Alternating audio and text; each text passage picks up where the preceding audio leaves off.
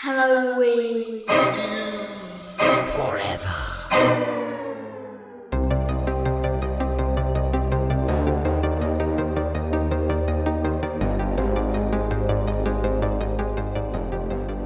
All right, Steve, so imagine this, right? Picture this. You got three moles. They're tunneling underneath a house.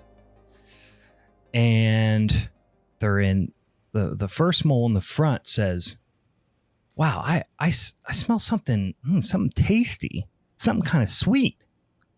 Uh-huh. And it says almost smells like honey.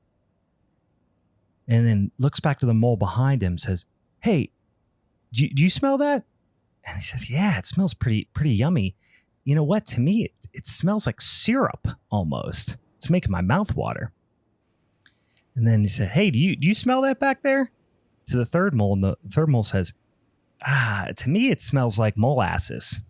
Oh, Jesus. Welcome, boys and girls, to a fucking Minisode Away Forever. I'm Brian. I'm Steve. You know, like a sweet, you got your honey, you got your syrup, you got your molasses, but they're moles and molasses, because he's behind him. He smelled his little mole ass. That was all right. That was kind of cute. Guys, why am I telling mole jokes? Because I don't know what these monsters is in this movie. I think they might be kind of moles. I don't know. That's why I had a mole joke. Anyway, guys, we are here to discuss a brand new release that came out on the Shudder here recently, starring perennial show favorite, Mr. Nicolas Cage. We're going to be talking about Arcadian from 2004. We were going to talk about what did I say? 2004. Oh, because I just put on a movie from 2004. 2024, this here year that we're in right now. We were talking about some 2000s sci-fi horror, which I just put on here in the background, watching Vampire Bats, starring the great Lucy Lawless. I'm hoping she tries to sell me some jewelry at some point. I assume she will. But we are going to talk instead about we're going to wait and talk about Longlegs next week. We're going to talk about Arcadian, not to be confused with The Arcadian, which is another movie that is like a sci-fi thriller type of movie from, I don't know, a couple decades ago. We were going to talk about Longlegs. Here's what happened. There was nowhere within an hour of where I was at that was playing this fucking movie. Your boy was on vacation upstate New York near Oswego, if anybody knows where that is, middle of damn nowhere. Yeah. And we go to a movie theater up there, right? Pretty often. Rainy day, instead of going to the beach, we take the kids to go see a movie, right? It's this cool movie theater up there. They got all the new releases. Didn't have it. The closest one was like 50 miles away that was going to actually be playing Longlegs. So I was like, you know what? Let's pump the brakes on this so I don't have to drive an hour each way to see this movie. So spoiler-free episode for Longlegs. Your boy has not seen it. Steve, did you get a chance to watch it this week? I did go see it. I went and saw it on a Friday afternoon. Yeah. Because I can do that kind of shit. Yeah. And I like it. I like it a lot. Mm-hmm. To a point. Yeah.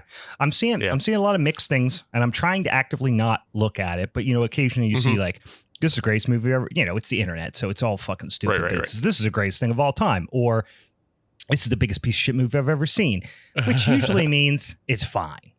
But we shall see. I think it's far more than fine. Like, it sticks out uniquely. Yeah. And like, I'll tell you, one of the things is like the framing in Longlegs and the cinematography is so fucking good. Like, I just ate it up. Yeah. I was just like, yum, yum, yum, yum, yum, yum, yum. Yeah. Because just tasty treats. It's almost the exact opposite of this film that we watched for tonight. Arcadian is kind of a handheld, feels like a guerrilla shoot as you go film almost. Whereas like every shot in Longlegs is meticulously planned, and a lot of them are dripping with subtext, and a lot of them are like begging you to search the frame for meaning. Oh, fun. I like that kind of stuff. It's fantastically put together that way.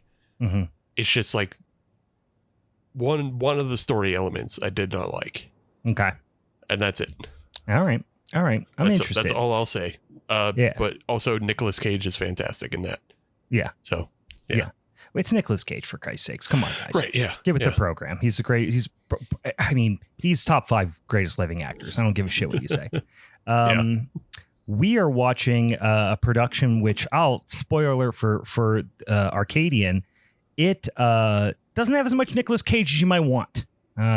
He's in a fucking coma or something for half of the movie. But you know what? He shows up. He does good stuff. He does some good work, as always. But this is directed by one Benjamin Brewer, who is pretty new to the directing world, to the feature-length directing world. He did this one. He did Reptile in 2023, and then probably best known for Everything, Everywhere, All at Once, which is a pretty fucking wild movie that obviously got a ton of attention when it came out a couple years ago. But he was the visual effects for that one. Is this his first director? No, he's got more director credits than this.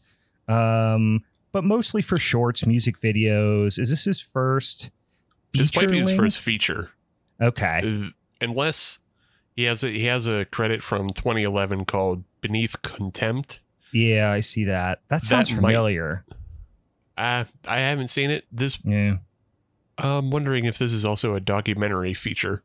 He's got one called The Trust, which is also starring Nicolas Cage. A pair of cops investigating a drug invasion stumble upon a mysterious bank vault from 2016. That's a feature length one he's got a directorial credit on. It's got Nick Cage, Elijah Woods. I've not seen it. I've actually seen this. I didn't realize this was also him as well. Okay, yeah, because he shares a credit with Alex Brewer, who I'm assuming is his brother. This movie, The Trust, is pretty fucking good as far as like heist films go. I know you're a big heist guy. Yeah, it's good. I like it a lot. It is it's unpleasant. Yeah. And it's unpleasant, and just like the way it ends is like, oh my gosh. And Elijah Wood is a great piece of shit in that film. Elijah Wood's great in fucking everything. I don't think he's never not been great. So this movie, I'll spoil it right off the bat. I thought it was kind of a fun movie. I think there was a little bit of boilerplate type of stuff there for a while. I will say that the two, we'll go through the cast here in a second, but the two main cast, in addition to Nicolas Cage certainly the top billed person on here. But like I said, certainly not featured nearly as much as Jaden Martell, who many of you know, he played young Bill in the It remakes, It Chapter 2, which he was great in that. And then this Maxwell Jenkins cat plays his brother Thomas, which I feel like I've seen his face in things, but don't really know anything about him. He also has the just like generic TikTok boy face. So like it could be, you know what I mean? Could have been from a lot of different things that I saw him, but apparently played Will Robinson in a TV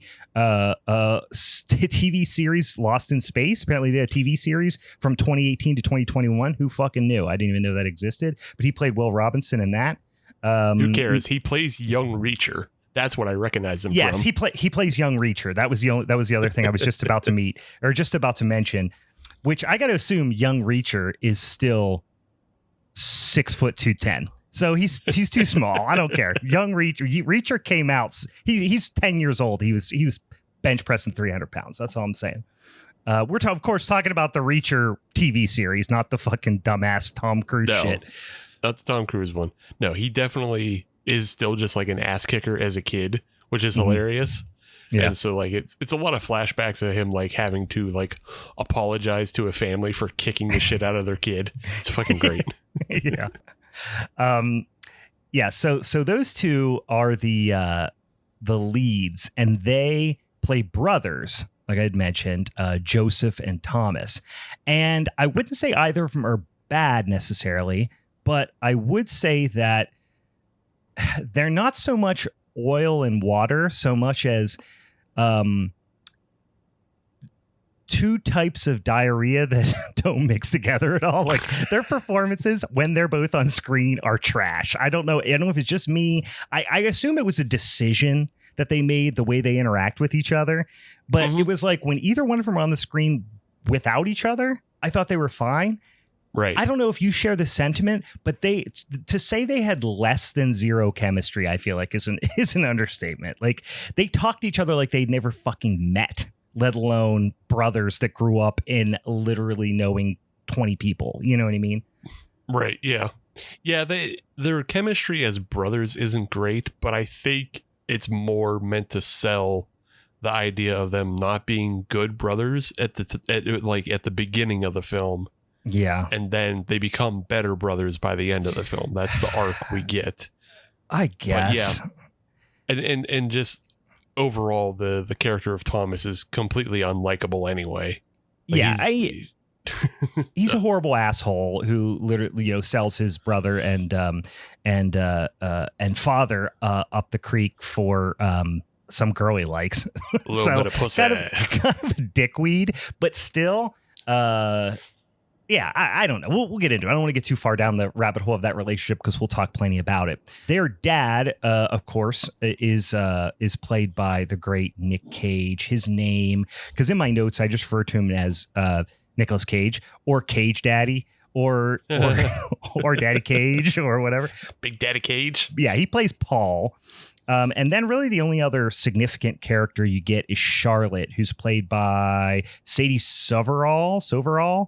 And she has popped up in a lot of stuff. She's in Saltburn. I think a lot of people would know her. Genre fans from recent years would know her. She's also another kind of young up and coming, kind of early 20s actress. Little Bone Lodge. I don't know what that is. I think I maybe saw one other thing that she was in. She's only got, maybe 6 or 7 credits.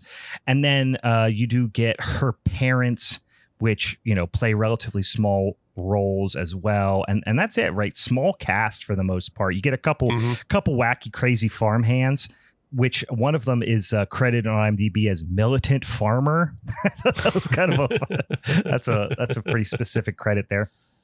In any case, this is a post-apocalyptic flick here, just to give you a little bit of a teaser before we get into it. But we got a couple other things we got to do at the top of the show here, so that's why there's not a whole lot of people in there. Is basically what I'm saying. Anyway, let's do a couple of fucking things at the top of the show before we get into talking about the plot of this here movie. Steve, you got a little beer you've been sipping on over there? What you got? I got 2 drinks tonight. Oh yeah. Yeah, I was out grocery shopping, and I know the past couple episodes you've been drinking this Poppy fucking gut health soda, right? Mm-hmm. And so I went to the grocery store and I saw that it was on sale. They had single cans. Yeah. And I'm sure I've mentioned this on an older episode, but everybody knows I'm a bevy guy. But on top of the bevy mountain is root beer. Mm-hmm. So I would be a poor steward of root beer if I didn't go out and get the Poppy root beer. Mm-hmm. And boy, can I tell you, it fucking blows. I didn't think it was that bad. It is terrible. Root beer is and here's what else, and maybe my expectations were lower than yours, because root beer notoriously very, very high sugar drink, right? Even compared to other like colas and stuff, root beer is usually extremely high in sugar. I love a root beer too. You all know that. And when I saw there's a root beer that has 4 or 5 grams of sugar in it, I was like, oh, this might be a hot shit. And then I drank it. I was like, hey, it kind of tastes like root beer, Yeah. My problem with it is... Is it top 5 root beer of all time? Certainly not. No, certainly not. No, this shit is below mug, and I don't like a mug. Fuck a mug. Here's what we're starting to learn. You're a fucking snob. You're a fucking root beer snob is what you are. I'm not a root beer snob. I mean, maybe I am, but I'm not. Yeah. Because... I love Barks. It's just mug. I don't like it all. Yeah. But the trash with the Poppy is that I took a sip and I go, ooh, that tastes bad. Why does it taste bad? And I look on the ingredients. It has apple juice and apple cider vinegar in it. Well, they all have apple cider vinegar in them. That's the whole thing with Poppy. Well, I don't know that. I never had one of these. But now I had it. That's why they're getting sued. Good. That's why they're getting sued or whatever for a class action. Because here's what they do, right? There's all these better for you sodies that's popping up out there, and they say all types of random ass dumb shit. But this one, you know how people eat like or take shots of apple cider vinegar for their gut health, right? Well, the whole idea is that is if it's raw apple cider vinegar, then it has live cultures in it, it has acetobacter in it, and it helps to balance out your gut biome, make you shit, do whatever you need to do, right? So you're actually adding microorganisms to your gut. Well, if you're drinking pasteurized fucking soda pop, any live cultures in there are killed off. So that's why they can't say probiotic. They say prebiotic. And apparently anything that you could, prebiotic isn't a thing, right? That's just a marketing term. So if anything, I feel like we've talked about, I'm getting deja vu. Maybe we did talk about this before. We've definitely done this before. Yeah. Okay. We've done this every time that you've drank Poppy on the show. Really? Okay. My brain doesn't work great. But here's the point. That's why they're getting sued, because they said that they're making way too bold of claims on the can saying it's good for your gut and all that. And it's like, it's not. Oh, yeah. It's good for your gut in the sense that it's not bad for your gut. That's pretty much it. Like, it's just a drink. It's just a low sugar pop. It occurs 3 times on the can. It says for a healthy gut, be gut happy, be gut healthy. And then like it says pop cultured on the back. And like you can't say cultured because this isn't cultured. I think that's one of the big reasons why they're getting sued is the whole culture thing. Yeah. It's misleading. And then the ingredients are insane. Like the sweetener, like you're saying, like the sweeteners are less, but it's because it's coming from like 3 different sources, if not 4, because it has organic cane sugar, apple juice, and then stevia, and then it also has like agave fucking insulin. What does that say? Inulin? It's just insulin. Yeah, it's insulin. Yeah. But like, so yeah, this stuff is the root beer in particular is fucking terrible. Yeah. Yeah, you know what? I gave it a try. I wasn't in love with it. I think I got a variety pack at the Costco. It was just fine. But you know what? Yeah, the root beer, the fact that it had a root beer that was that low in sugar made me kind of horned up. But I won't say it's a good root beer among root beers. Let's put it that way. Well, what else do you got? Just real simple. I have a Penn Brewery Penn Gold. Just a little. How's it tasting? Yeah, it's fine. It strangely has more bite than the fucking root beer, and that's also upsetting. It was a little bit of one note. I do recall that about the root beer. But can redesign, it looks like. Yeah, that's why I brought it on. I was wondering, like, did that look new to you? If not, because it looked new to me. Yeah. I was like, hey, did they go through a whole can redesign? And I guess they did, because I hadn't seen those before. But yeah, it does look like it. I mean, I know the brewery's under new ownership, and qualities kind of went up and down over the years. But I was always a fan of Penn Gold. Hopefully, it's on the up and up. We shall see. I'll have to give it a try. It's good. Yeah. Guess what I'm drinking, Steve? I'll give you Pilsner Urquell. 2 guesses, and one of them don't count. Yep. Your boy's drinking a little Pilsner Urquell over here. I was on vacation, as I mentioned, up there in beautiful upstate New York, sitting on the lovely shore of Lake Ontario, drinking a lot of beers this week. They have a beer up there called Switchback Ale. I think it's actually from Vermont, but we don't get it down here, but we do get it up there. And it's it doesn't call it the South. Honestly, if I did describe it, I would say it's like a California Common. It's like a even more aggressively bitter Anchor, like Anchor Steam, like a more aggressively bitter Anchor Steam. It's bottle conditioned. It's just a real old school beer. You're like, no one else makes a beer like this. So I always drink that when I'm up there, and then I drank about 150 dang old Miller Lights too. So your boy hasn't had a Pilsner in nigh on a whole week. So needs a little bit in my system. I mean, look what you did, Brian. You leave for vacation. You don't have Pilsners. You can't see Longlegs. And then, some other stuff happened too, I guess. I'm never going on vacation again. Last vacation I'm ever going to take. We got one other couple 2-3 things we got to talk about here real quick. First of all, as always, if you want to help us by, I don't know, suggesting a Minisode topic or perhaps a topic for our monthly showdown episodes that happens every damn Monday. We do put that spicy, sweet, tasty content out on the internet every Monday, but the first Monday of the month is our showdown episode. Perhaps you might want to suggest a topic for our showdown episode. Perhaps you want to vote on a topic for our showdown episode. Hint, hint. We're going to talk about that in a second. Mm-hmm. You probably should go over and follow us on the social medias at Halloween is Forever on Instagram and on Twitter and Facebook and all the different various places. If you were smart enough to have already done that by now, then perhaps you would have gotten an opportunity to help us pick our showdown topic coming up for the lovely month of August, which we had voted on last week. Steve, do you happen to have it up? Would you be so kind as to remind the boys and ghouls at home what the 3 topics we had to pick from were? Oh, I don't remember all 3 of them were. I would just remember what one. Okay, let's think if we can remember them. I believe we had good scenes in bad movies. Yes, and then it was one of them. All Little Monsters. Yep, All Little Monsters. And then it was beach horror, right? Yep, Blood Beach. Oh, I did get. Okay, what one? Blood Beach won. Blood Beach won for August. How fitting. How fitting. We're going to be talking about horror genre films that happen on or around or during a beach excursion of some sort. So that'll be quite fun. Steve, we did talk about how, like, for example, Jaws is off the table, right? Because we've already done Jaws before in the past. Yeah. What other movies are there any potential? We've also done like Piranha 3D. You know, that has come up, that we've done that one already. So that one's off the table. Is there any other things that we should call out that maybe we haven't done before, but are Meg rails, perhaps? I can't think of anything that's specifically a Meg rail. Mm-hmm. And if we're doing this based on audience voting, last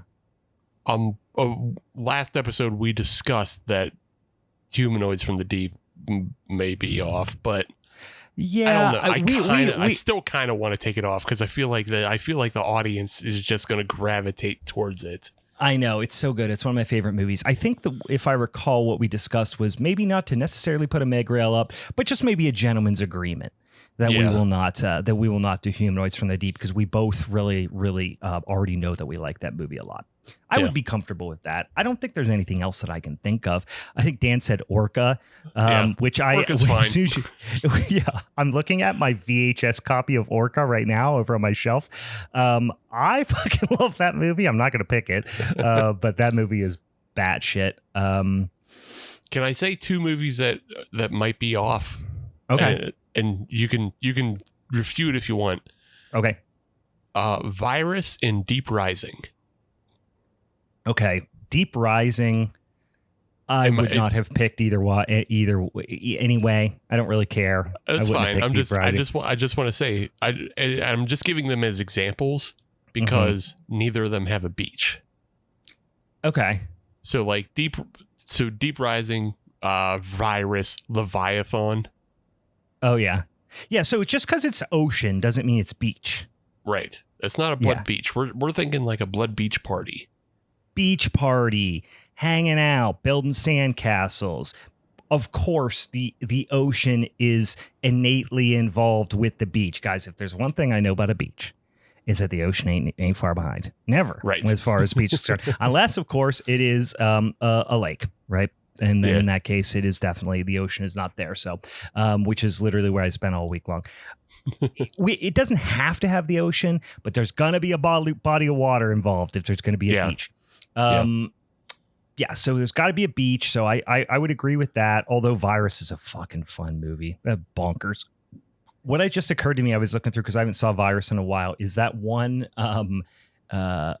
segment in VHS 94, or maybe was that the one that was had like the whole biometric thing? That is heavily Virus, inspired by Virus. I completely forgot about that until I was looking at some of that movie fucking rolls. R.I.P. Donald Sutherland as well.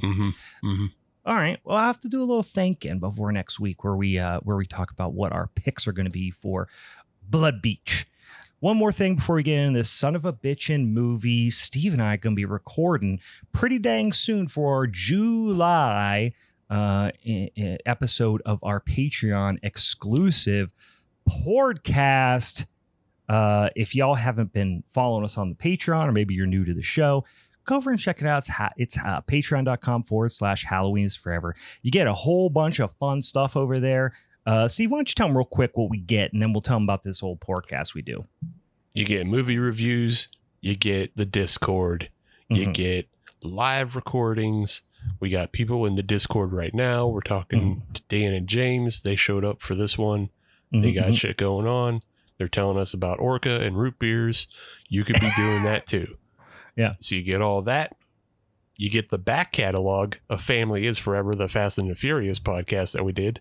And you get the current one, Youth Group is Forever. Youth Group is Forever, guys. It's a lot of fun. Steve made me watch all those dog shit Fast and the Furious movies, which I will say they did. I think it was on USA or something like that. Did a Fast and the Furious marathon for 4th of July. Sure, a couple weeks ago. It was the most American thing I've ever seen.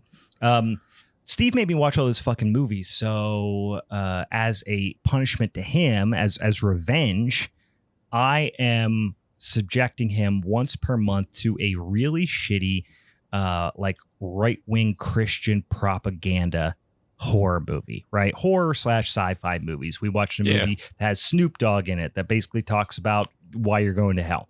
Then we watched a movie called, I actually hesitate to call it a movie, called The Lock-In, where a bunch of fucking incels and extraordinarily closeted gay kids tried to make a movie about if you look at porn, you go to hell. And then next month, next episode, which is of course this month, July, we're going to talk about what else is going to send you to hell. Spoiler alert, whole bunch of shit. Everything.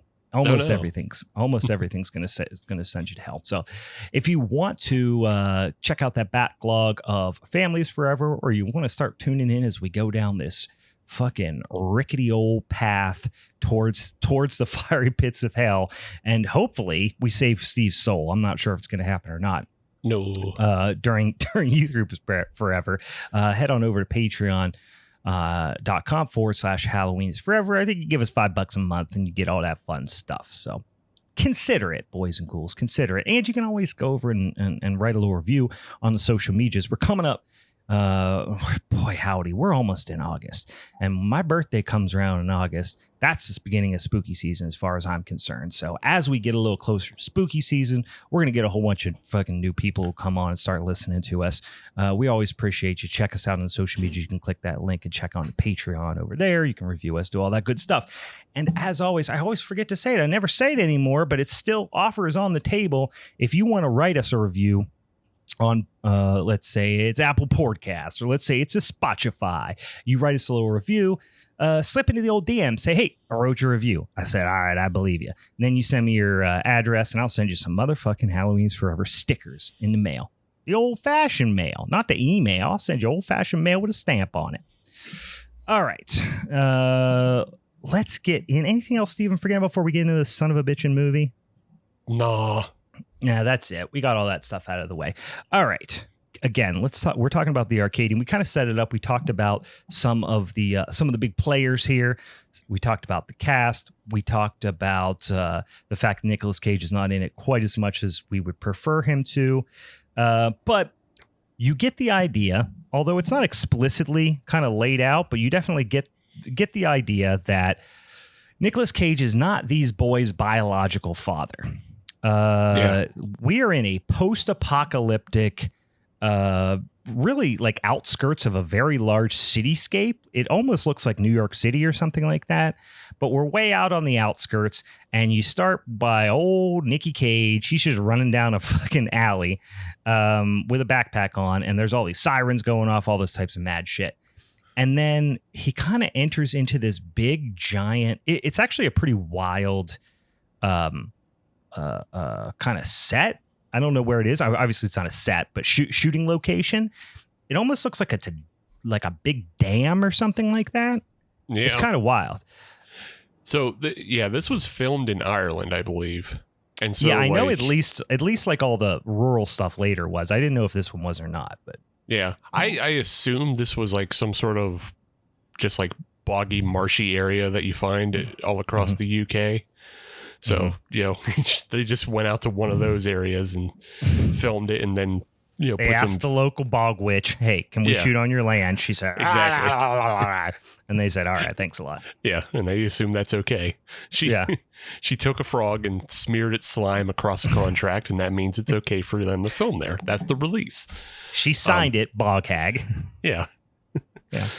But the opening is like cool, and it sets the tone because it's like a handheld chase following Nick Cage, through all these like busted ass alleys, and then you get like little glimpses of what's happening, but like you can't tell what's being said over the announcements. You're just seeing like rockets fly off, but you're not seeing what they're shooting at. So yeah, it's a cool setup in the beginning. Yeah. And then he finds some babies. Yeah. And then he just stumbles upon a couple of babies, and he just goes at these babies in straight Nick Cage fashion. He's not like, shh, shh. He's like, hey, relax. It'll be okay. Hey, babies, it's going to be fine. Like he just talks to them like adults. It's great. Yeah. Babies, be chill. I just wrote, where did old guy get them babies? And then apparently real finders keepers situation, because he just gets these babies and they're his babies now. Fast forward 15 years. They are his sons. So they're big, strong boys now. And they're just out doing Kevin Bacon shit in the woods. They're just like the one Thomas, who they are babies at the same time, and they look to be roughly the same age babies. So you're like, are these twins? I don't think they're twins. They don't look anything alike, but that you would expect them to be pretty damn close to the same age. But one of them seems way older than the other one. I got the feeling, Steve, tell me if you agree with this sentiment. I got the feeling that these are two babies that just happened to be there. They weren't necessarily brothers. I don't think the two boys are biologically related necessarily. This was just a dang old baby stash, and Nick Cage just stumbled upon it. Finders keepers, took the babies. Yep. I think it's, like he came across like somebody was trying to get these babies out of town. And then they were unsuccessful, and they just, dropped their baby loot. He had to pull them out. Yeah, he gathered them up. So 15 years later, like I said, one of them, the one that seems to be a little bit older, maybe not, he's a taller one too, it's just Thomas. He's the one who's kind of got that TikTok buttery boy look to him. And he's just this handsome, strapping young man. He's doing Kevin Bacon stuff, just running, jumping, flash dancing in the fucking woods. He's getting home late, and Daddy Cage is mad, and it's like dusk. And they're like, where's your brother? I don't know. And he comes running up, and Nick Cage is like, hey, you're late, you asshole. And he's kind of in trouble. And you're like, well, why does he care about being late? Why do you have to be in by dark? Why are they so worried about the dark? They show him locking up it's a whole mess. They got to lock up the house, secure the house. This is apparently a ritual that they have to undergo every single night because there's some sort of danger. We don't know what it is. They do this weird little, this is like, there's so many things in this movie that you can just tell where Nick Cage inserted. And this is part of the magic of having Nick Cage in your movies, is he's just going to add little dumb shit in there. You know what I mean? Just spice, just the spice of life that comes along with having Nick Cage involved in your production. Like there's this one little line where it really, really feels like this wasn't something Nick Cage added. I have no way of verifying that, but the two boys, like Steve, you'd mentioned earlier, they're not getting along at this particular time in their adolescence. Let's say they're about 15, 16 years old. They're not getting along too well. They're fighting a lot. And they're sitting across the table, and Nick Cage is, I wouldn't say he's a disciplinarian, but he runs a tight ship, right? Because they live in this weird post-apocalyptic world, and shit's kind of hit the fan. Bad stuff's happening all over the place, so they got to run a tight ship. And they start arguing with each other, kind of wrestling at the dinner table. And Nick Cage is like, what's wrong with you? Sit down. And they do this little thing where he goes, are we not men? Yeah. And stabs his knife into the table. And then the other kid got to do it. And then the other kid's got to do it. And I just thought it was funny that they're such big Devo fans. I didn't know why would this family be such big Devo fans. No, but it was a weird. Obviously, that was a stupid joke, but it was a weird quote to throw in there, which I believe is from The Island of Dr. H.G. Wells, The Island of Dr. Moreau, right? Oh yeah. It didn't occur to me, but yeah, that actually, I believe that is from that, because it's when they're trying to just gain their agency as like they're not animals. Yeah. So I think you're right about that. I think that's where it's from. I did not Google it, but I remember reading that book in school, and I'm pretty sure that's where that line is from. Maybe it's from something even before then. I don't really know. Maybe it's fucking Marcus Aurelius or some shit. I don't know. But it's a weird thing because you think that's going to come back later. Does not come back later.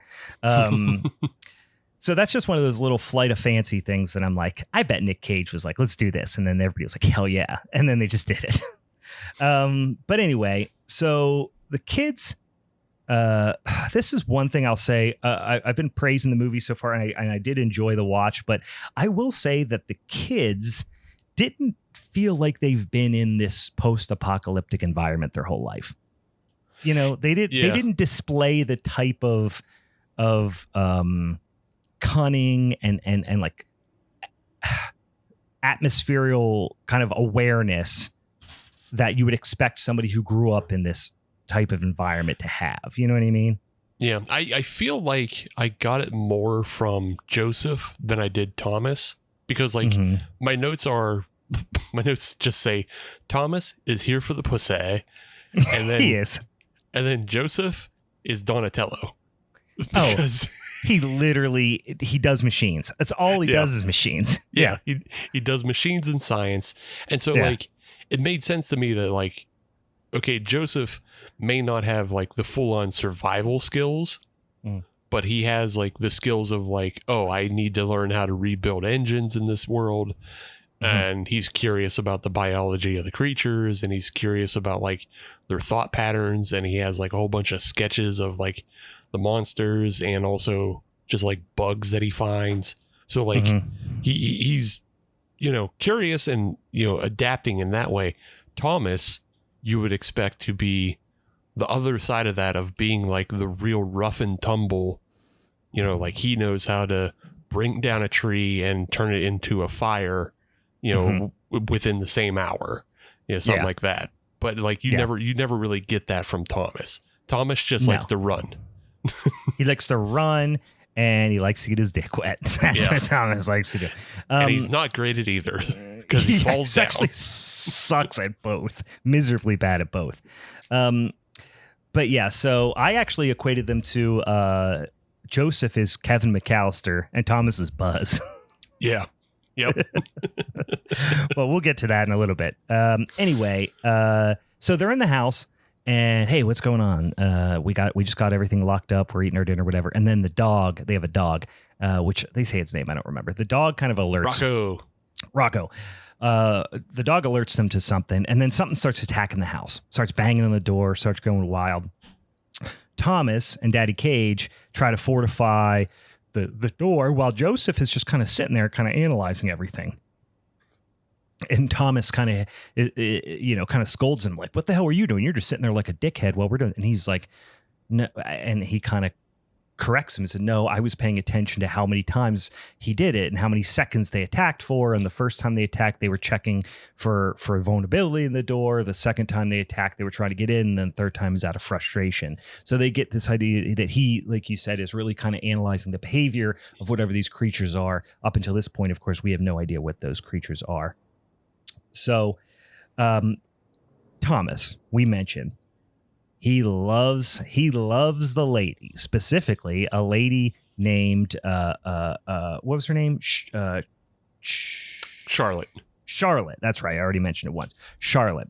And she is a member of the family that lives kind of like one farm over. You get the idea. Maybe it's like a mile or so away, maybe 2 miles away. So he has got to run his little skinny ass over there all the time.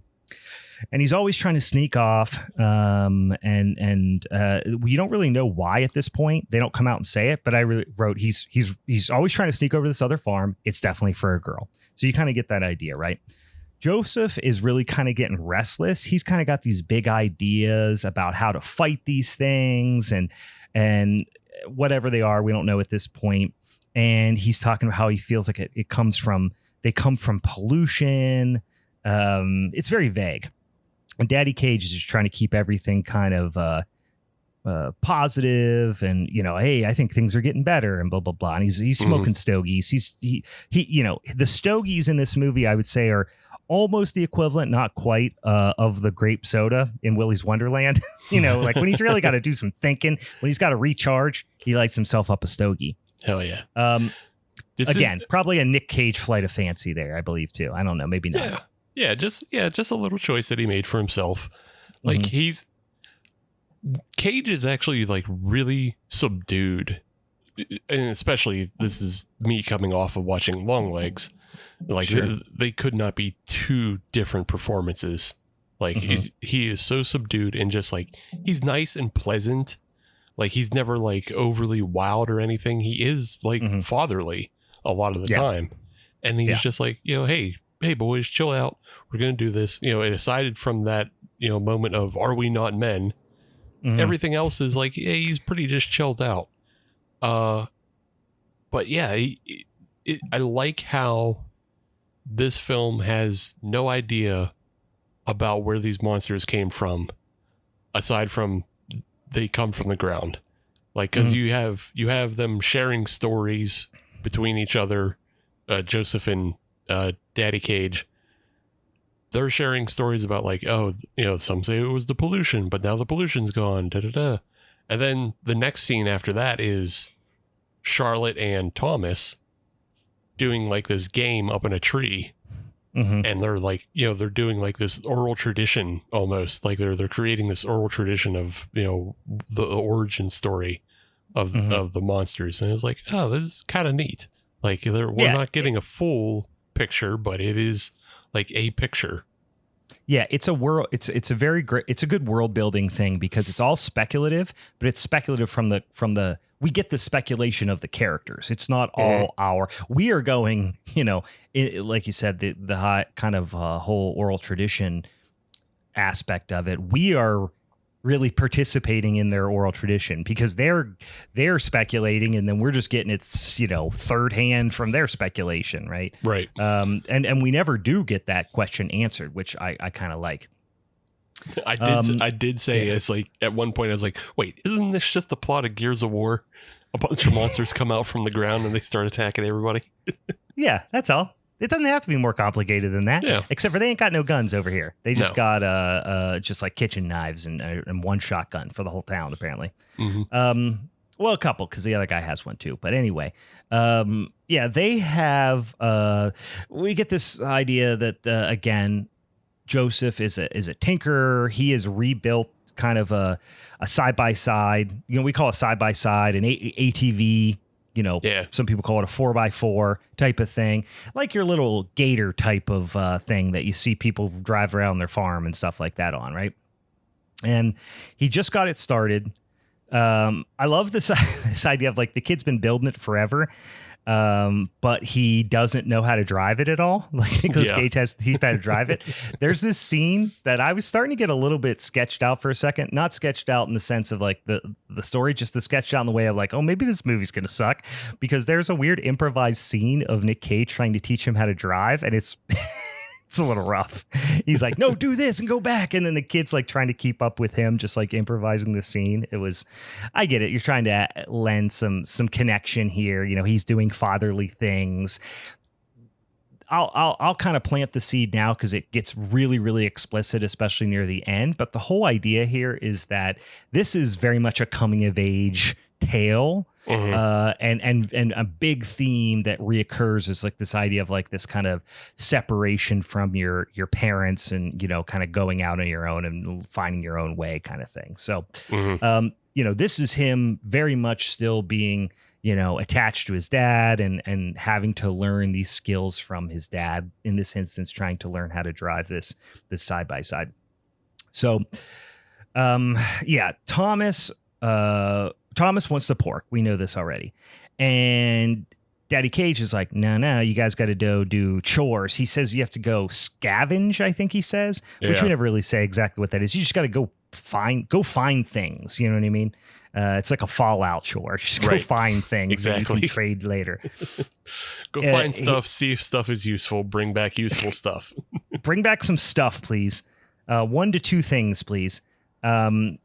Joseph and Thomas have this, like I said, this kind of lame argument. And this is what I meant when I was like, they just don't have any chemistry, not just chemistry of like loving brothers, chemistry of like how to act like two brothers who annoy each other too. Mm-hmm. They almost just feel like they are, I don't know, college roommates that just met each other and are having their first fight. You know what I mean? Because this argument was a bit painful as they were driving the 4x4. But eventually Thomas is like, I don't need you. And Joseph's like, I don't need you. And he's like, well, I'm going to go pork and you go do the thing. And then I'll meet you back here so we can drive the 4x4 back together so Dad thinks we were together. So Thomas takes off, goes running up to Boner Town, and he says, meet you here before sunset. Obviously, that's not going to happen. We all know that's going to happen because it's a movie. Right. Thomas was apparently helping this neighbor, the Rose family, or at least the Rose Farm, they refer to it as, which is like the neighboring, I guess, farm close to their kind of little homestead.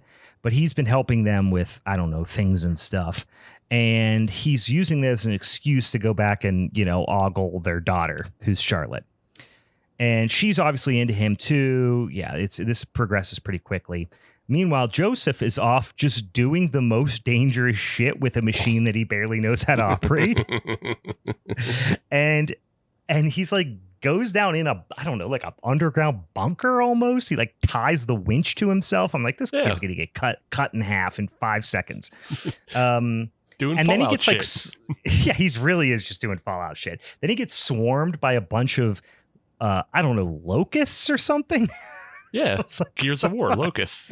Yeah, this is straight up Fallout at this point. I do like that they pivoted here because I was like, oh, great. Joseph's going to get in trouble and Thomas is going to have to man up and stop being selfish and go help his brother, whatever. Mm-hmm. But they do role reversal there, which we'll get into in a second. But Thomas and Charlotte, you mentioned, play this fucking annoying game, and it feels like they're in a movie. I don't know. Yeah. That scene sucked too. It feels like they're in a Emma Watson rom-com, you know, like Fault in Our Stars type of bullshit. Like, we're gonna sit in a tree and play a game where we tell each other stories. Like, yeah, it feels off. If it weren't for the fact that they're telling stories about how the world ended, it would have just been like eye-rollingly painful. Well, and they're also both way too aware of how to be charismatic. Imagine if you grew up and you only ever met 4 other kids, you know what I mean, in your whole life, and you lived in a house isolated with your dad and your brother. And you did not have electricity. You didn't have any type of media beside from, books and maybe a record or something. Like, they do not have any. They shouldn't talk like that. They should be incredibly awkward, not like charming and good looking. And it's, I don't know. Everyone's teeth would be bad. Like, why are everybody's teeth so nice? Those aren't post-apocalyptic teeth. No, those aren't even Irish teeth. Those aren't even regular Irish teeth. But no. Yeah. They shouldn't have that much riz about them, to use the parlance of the children. And then Thomas over here is Rizmaster 3000. Yeah. That's a term that I learned from my nephew this week. Great. The Rizmaster 3000. What a shitty robot. But the other thing that stuck out to me is they all still maintain Christian tradition as well. Mm-hmm. And it's like, I feel like, would you really go about reminding everybody, like, God exists and shit like that? Like, I don't know. Praying, putting cross. I mean, I guess putting the crosses on graves, which comes up later, but like, are you really going to be praying, saying grace and shit like that? Hell no. Yeah, I don't know. It just felt, God's like, dead, guys. that's the one thing you stick with in your end of the world scenario. Like, I don't think so. There's goddamn monsters under the house. Right. Anyway,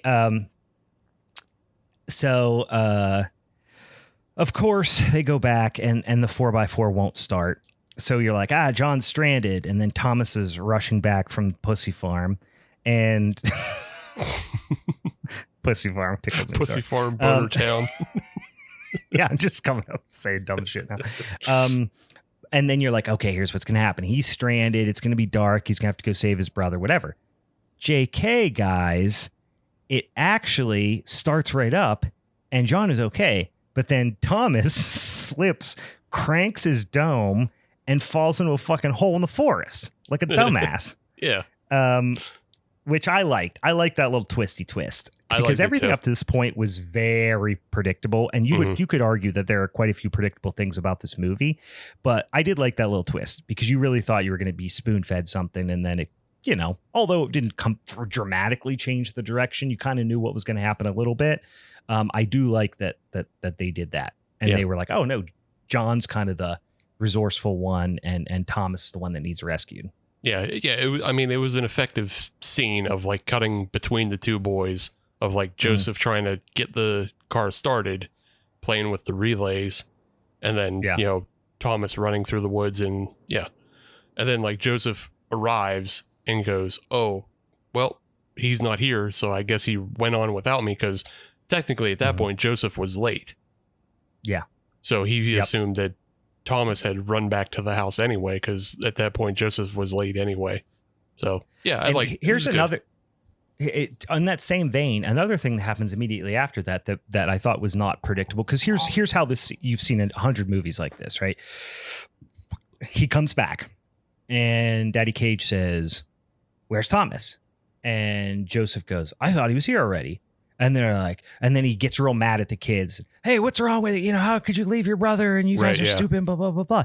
Nope. Nick Cage just goes, no, this is not your fault. This is my fault. Yeah. You go in the house, lock it up. I'm going to go get your brother. And that was just like, he's very calm and pragmatic about it, which was, again, just kind of bucked what I expected from how that scene was going to play out. Yeah. Yeah. It bucks what you expect, but it still is in line with everything Cage has done in the film so far. I will say when he says it's not your fault, it's mine, it definitely has that I'm not mad, I'm just disappointed type of sting to it. I could see that. Yeah. Like, I should have not trusted you. Exactly. Yeah. Of like, you're still not worth trusting. You are still a little boy. So this is my fault that this is happening right now. So you lock up and I'll be right back. Yeah. And he even says like, I'll be back in the morning, you know, with Thomas. So his ideas are wherever he is, he's going to get to him, find him, track him down, whatever. He's going to take the dog. The dog is going to hopefully, the dog has some like tracking abilities, which you come to learn. So we're going to take the dog, find him and come back.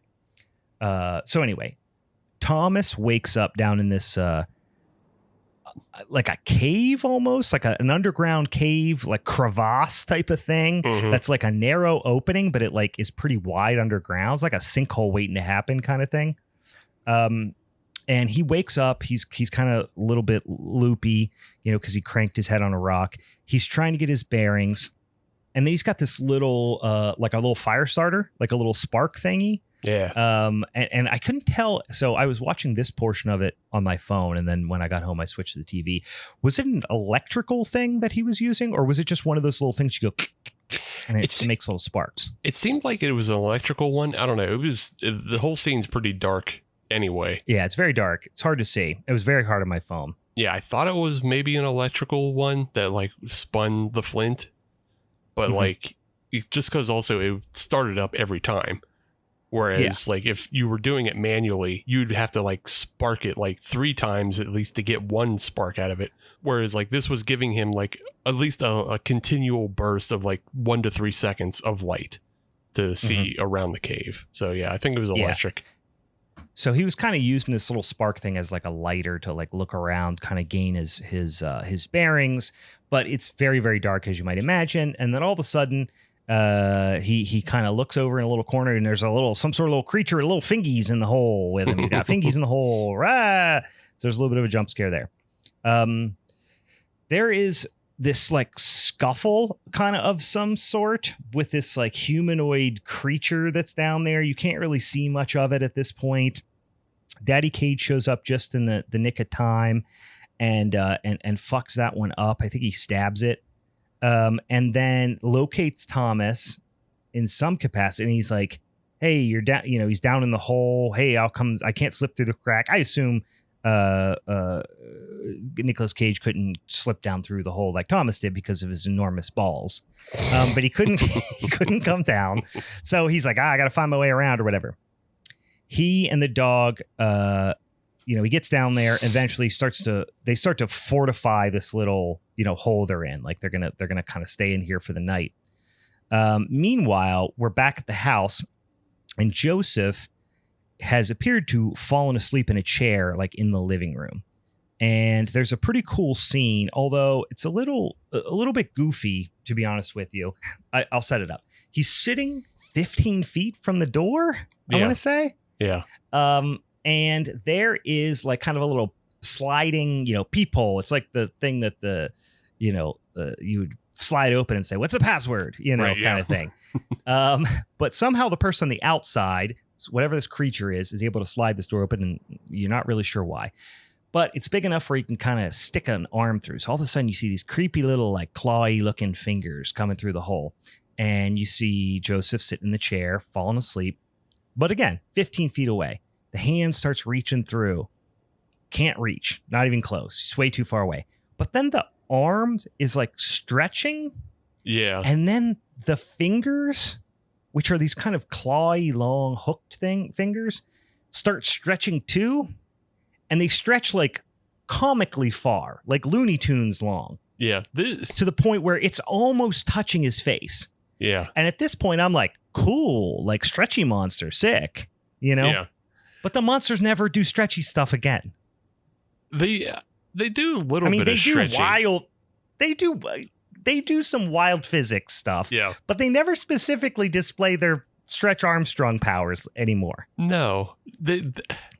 I don't want to say the monsters in this are bad, but I like them, but they're confusing. They are very confusing because it feels like the filmmakers said, how silly can we make these things? Yeah. Because they do a lot of silly cartoon ass bullshit that is like on par with the Critters.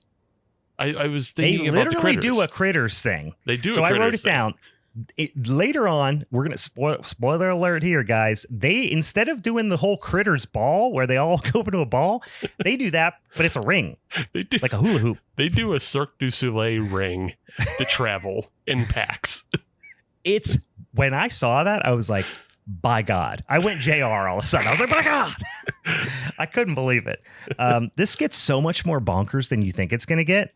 And I love that about it. Yeah. But now let's wait till we talk about what the creatures actually look like. Because then I have something that I want to let you might have read the same thing. I'm not sure, but I read something. I didn't read shit. That made it. Okay. That made it very clear. Ooh, thank you. Is this what is it? Killer Clowns? I love that. My this is completely sidetracked here, but my daughters came in and gave this to me. This is the Killer Clowns. She made me a gun like nice. the popcorn gun from Killer Clowns. Thank you, sweetie. Very cute. Anyway, so yeah, we'll talk about when we actually talk about what they look like, because I read something that was very telling about what the inspiration of the monster is. Okay. Not entirely telling, but does give us a little bit of an insight. Okay. So yeah, the little monster fingy thing, reaching out, trying to touch him is a strange kind of off-putting thing through the, whatever, the mail slot or whatever the hell it is. It's like the little password door. But surprise, surprise, it's a trap. Joseph actually had up above him It was the, kind of trapdoor style door up to the attic where you pull the string down and there's a ladder that comes down, except for when he pulled the string, a dang old big cage fell down. Yeah. And not the Nicolas kind, a big old reinforced nasty cage that landed on top of the monster and trapped it. Yeah, he hit him with the old mouse trap. He did. He mouse-trapped the Fingy monster. Yeah. Which I was like, dang, didn't see that coming. I thought that was fun. Didn't expect that to happen. I kind of was sort of expecting it because Really? just the way he had his seat positioned to be so perfectly out of range, because like the monster's arm comes through the door and it like unfolds itself 3 times before it gets to the fingies. And then it stretches so hard and so long to get that one fingernail to try and touch him. It's like reaching underneath your couch to just grab that one fucking thing that rolled under it, and you can't get it. Yeah, it's like when your phone drops behind your bed and you're like trying to reach down there and you pull your shoulder out of the socket. Yeah. Because he doesn't get there, right? Right. But then he just says, forget it. And he reaches in and opens the door and says, I got to go in. So he gets his little butt in there, and then you still don't see what the monster looks like, but you do, that it got trapped in this cage. Yeah. So I was suspecting that Joseph had some sort of knowledge of like the length that they could go to. So he knew what safe distance was for himself. Yeah. Yeah. You're probably right. He knew he could sit exactly here and it would give him enough length that it couldn't get him. So then it would have to come into the house, and then he, boop, mousetrap. Mousetrapped him. Yep.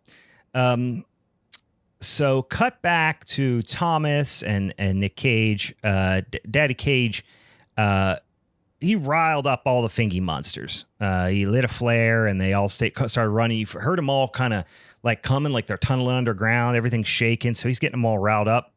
And then at first I thought that he tried to suicide bomb him. I wasn't sure exactly what he had done, but I actually don't really know what his plan was. But eventually what does happen is he kind of gets, I guess his hand or something like stuck when some rocks collapse. But I'm not sure what he's trying. Is he trying to light like a explosive device with the flare? Like I'm not. It's a very dark scene. Again, I was watching this portion of my phone, but I wasn't exactly sure what his plan was in the beginning. It's not that important because he does just end up getting kind of, blowed up. He gets blowed up in a Looney Tunes sense. Yeah. He just gets exploded. It's a pretty like funny quick cut too. But like he was trying to bury like a pipe bomb into the sinkhole that they were making.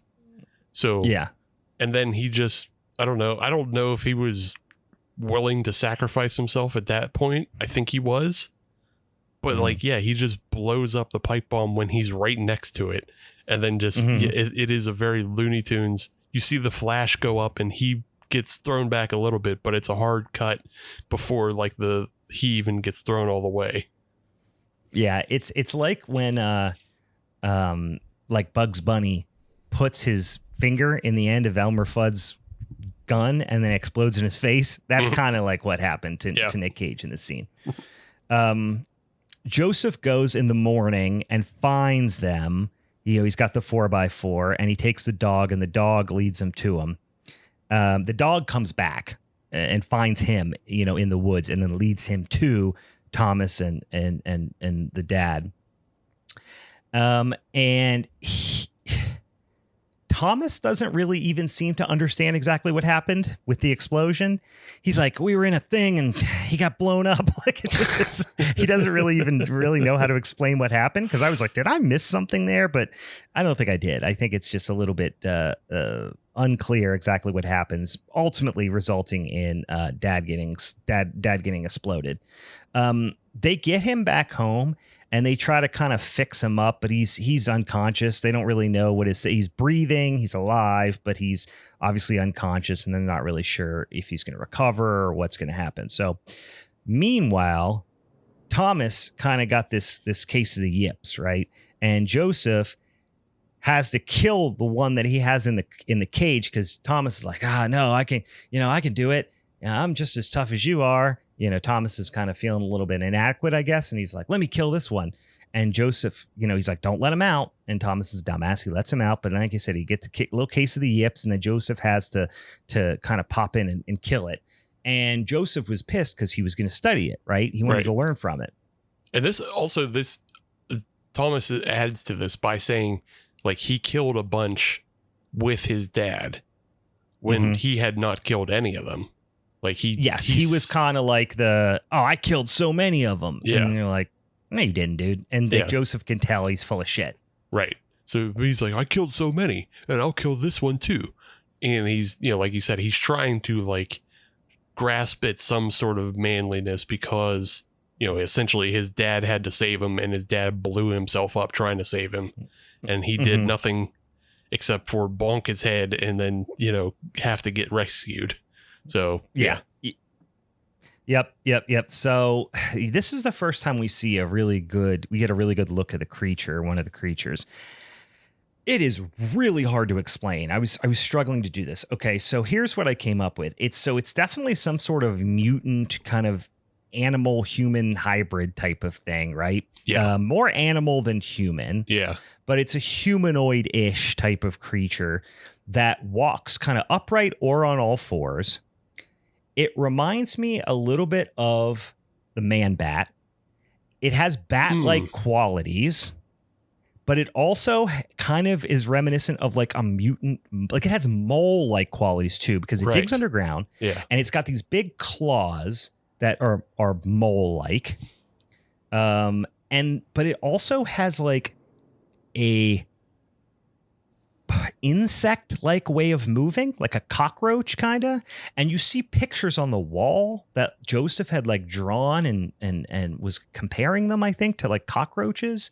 And then of course the whole like post-apocalyptic survival thing. Cockroaches is a little bit of a stereotype, but perhaps that has something to do with it. And then they also like hunt in packs and almost remind me of like a velociraptor a little bit. Yeah. They have the like weird long necks.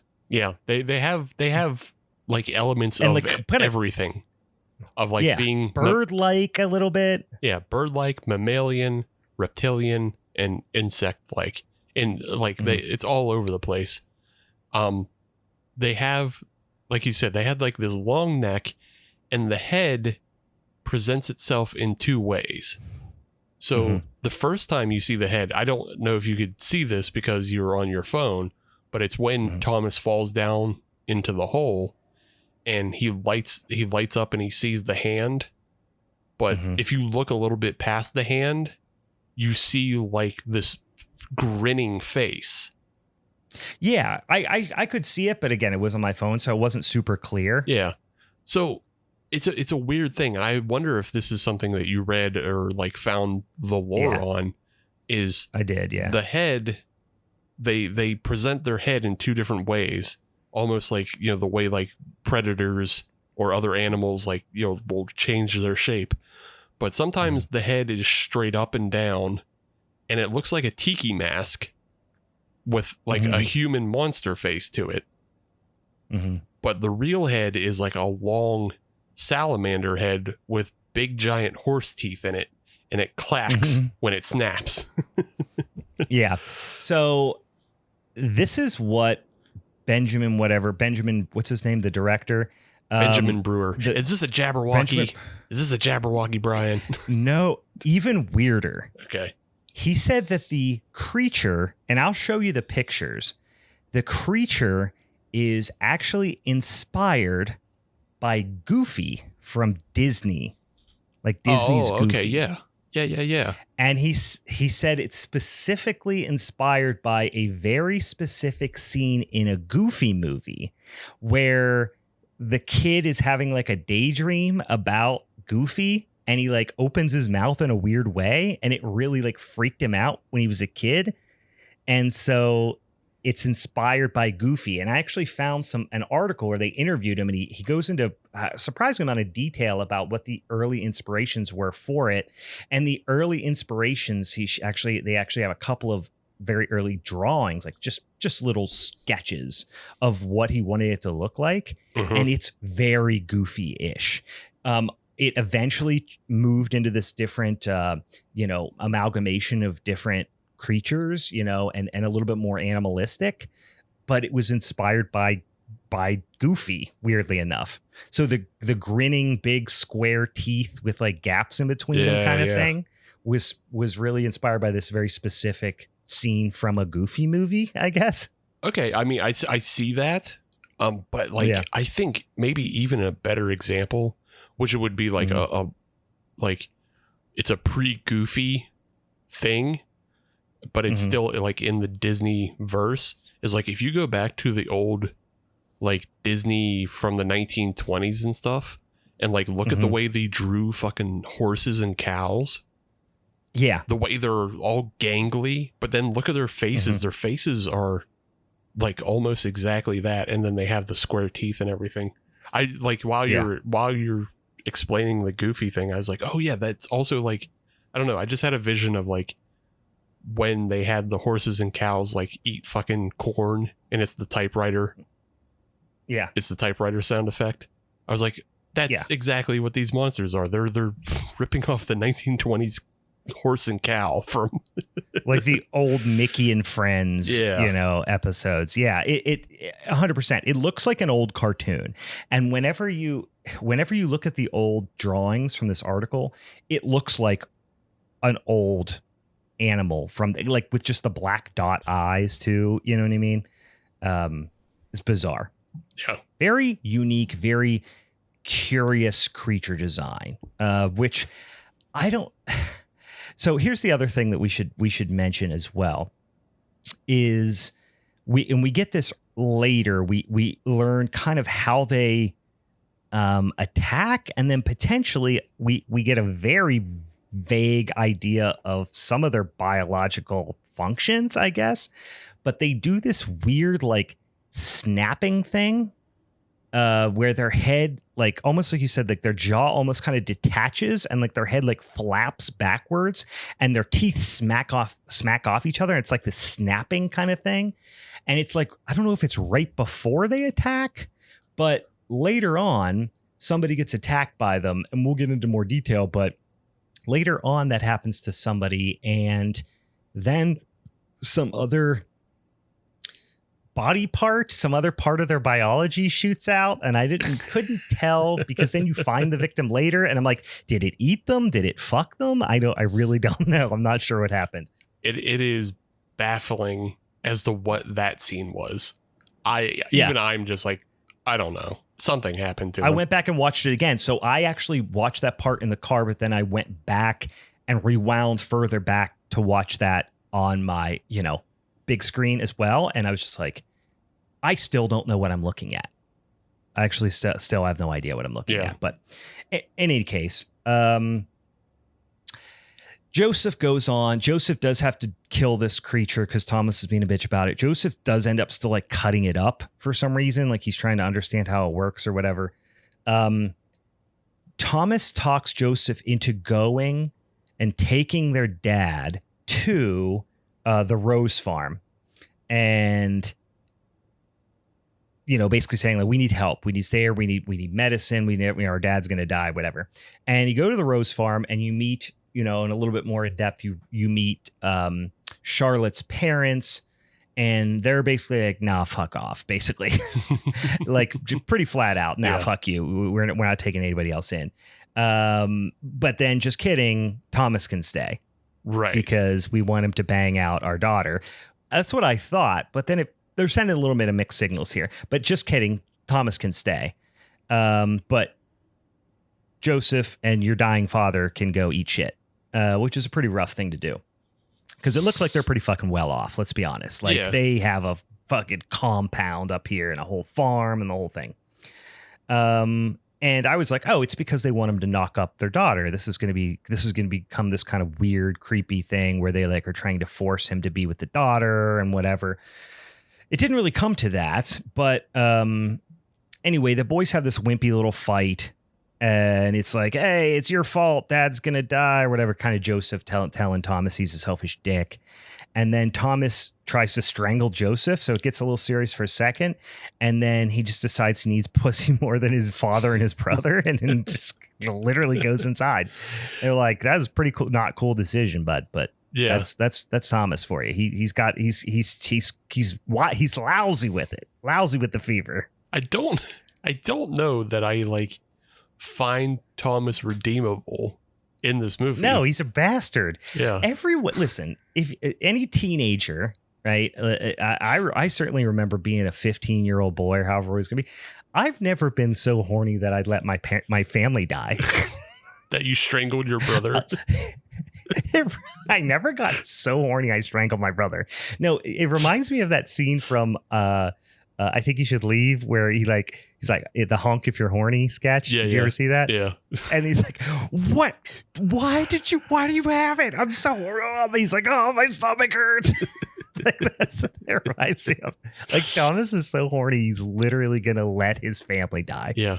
He can't think of anything else for whatever reason. Yeah. It's just because I mean, we've seen Joseph, and he's out in the world and he finds like a big titty lady picture, and he's like, "Hell yeah, dude, big titty lady picture. All right, back to science." Yeah. So like he has control over himself, and they're the same age, but Thomas is just like, "Oh, I gotta get in it." Oh, my stomach hurts so bad. Yeah. So Charlotte and Thomas waste no time. They start making out. But then the dad walks in, and first of all, the dad has got this like blue blood British accent, which I think is really funny. I don't know why. He is a British actor. I looked it up. He is a British actor, so whatever, but it just seems very out of place. Anyway, and he's like, "Charlotte, come with me." Like he's pissed off that I don't know, that they're making out. It's like, really, did you not think that was going to happen? Didn't you see the look? Like that's why you let him in, right? Anyway, Joseph takes Daddy Cage back home, just drags his ass in the house, and he sees that the creatures have been like in and around the house. Something's happened. He's seeing footprints, like the creatures are running amok. And he sees there's a big ass hole under the rug. Like he steps in the rug and there's a big ass hole in the floor. Like they've been tunneling up under the house, which is obviously bad news. Meanwhile, Thomas kind of finally, I don't know if he rubbed one out or what, but he like finally came to his senses and was like, wait. This was pretty uncool of me. And he tries to find some medicine to take back for his dad. And because they say, you know, they mention that they have medicine there. And he tells Charlotte, like, "I got to get to moving. You know, I got to get to stepping. So sorry." Yeah. And she gives him just a random bottle full of pills. And I guess it's just like all-purpose medicine. Yeah. like just it's green herbs, you know, from Resident Evil or something. It's video game logic of like, here's pills. Yeah. Like, okay, my dad like medicine will is now. A specific thing. Yeah. Like he needs antibiotics probably to ward off infection, I would imagine. Yeah. If that's what's wrong with him, I guess. Yeah, that's part of it. What if he just gave that to him and it was just like, you know, ADD medication or something? Right, yeah. Like this is not, it's just medicine is a singular thing in this world. Fucking Percocets, buddy. Yeah, he just he's like, "Dad, take 3 of these," and he's just, "Oh fuck," his dad, his heart stops. Oh fuck. Oh, wrong medicine. It says medicine. God damn it, Joseph! Stop being mad at me. I brought medicine. Yeah, but apparently this is the right medicine. She knows. I don't know. So this farmhand overhears them, and as Thomas is like running down, because he's like, "I got to get this back to my dad," and Charlotte is like, "All right, I understand. Here's medicine." The farmhand's like, "You ain't going nowhere, brother." Has him at gunpoint, says, "You stole," and he's like, "No. Charlotte gave him to me," and he doesn't believe him. And now all of a sudden there's just like a small army of evil farmhands just lurking about, and they just take Thomas out to the barn, and they hold him down. They're going to blast his foot off, I guess, as punishment, which is like, maybe have a conversation before you blast someone's foot off. But nope, that's what they're going to do. Seems like a pretty big left turn. Yeah. Because just before they were like, "Sorry, we're going to, we'll take you in. You can live here. Like, how do you explain that to your boss? Like, hey, where's that kid we said could live here that are my daughter's in love with? Oh, we're pretty sure he stole something. We blasted his foot off. I can only assume this is partially just the jealousy on the part of the farmhands, because now all of them know they're not going to get any of the farmer's daughter. And they're like, we were waiting for that, and you showed up and took it from us. Hey, tick your germs. But I wonder if they would just like at least have a setup scene of them getting like drunk and talking about how they don't like Thomas. Yeah. But instead it's just like, you stealing something, boy? All right, come out to the foot blasting shed. This is the next step. This is farmhand justice we're about to fucking instill on you. But just as he's about to blast his foot off, the farmhand with the shotgun gets sucked down into the dirt because they're getting attacked now by the creatures that we know, but they would not have known at this point, have been tunneling up under the floors. So all of a sudden the farmhouse is just overrun. It's just lousy with these fucking creatures. And, a candle gets knocked over. All of a sudden, everything's up in flames. So shit's getting pretty real pretty quick. Now, this is where we see the scene that I had mentioned earlier. The parents, the asshole parents of Charlotte got pretty quick here. And this is, at first, I thought, presumably, this is how they feed, I thought, right?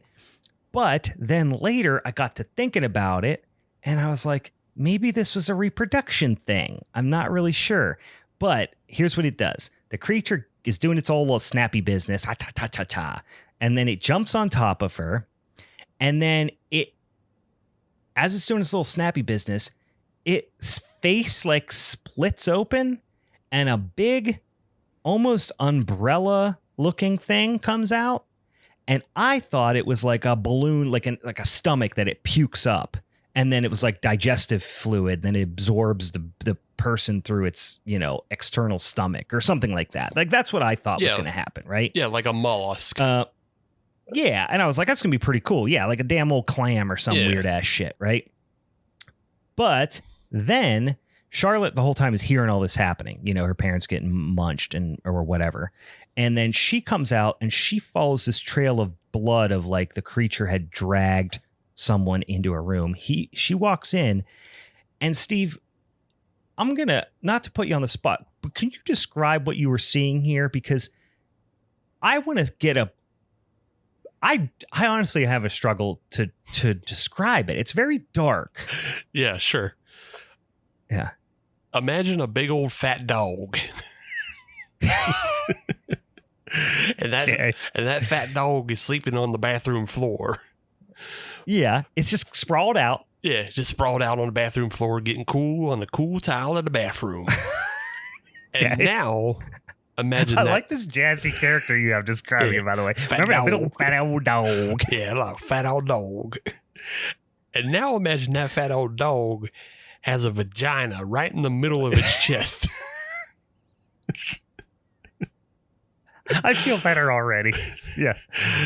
And coming out of that vagina is like a big old giant bean of a clit. Like, way big bean. Like half the size of the entire creature, maybe more. Yeah. Yeah. It's some sort of membrane. That's why it's. I thought it was like an egg. So I like the description of the big old dog laying on the floor because it looks like it's spent. Yeah. You know what I mean? Yeah. It's almost like it's now almost like defenseless, because we should say she walks in and is like, good golly, Miss Molly, what's happening in here? And it flops its head up at her. Right.